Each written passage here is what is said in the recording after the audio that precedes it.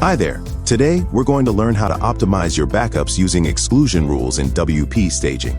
Want faster backups or smaller file sizes? Exclusion rules help you skip unnecessary files and keep only what matters. Let's get started. First, log into your WordPress dashboard. Then go to the WP Staging tab and click Backup and Migration.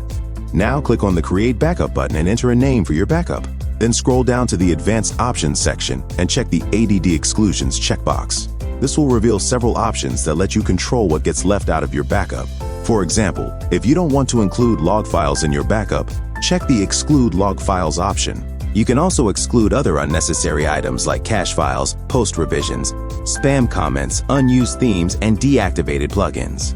Once you've selected everything you want to exclude, just click the Start Backup button to begin. Now, wait for the backup process to complete. Once you see the Backup Complete message, click the Close button to finish.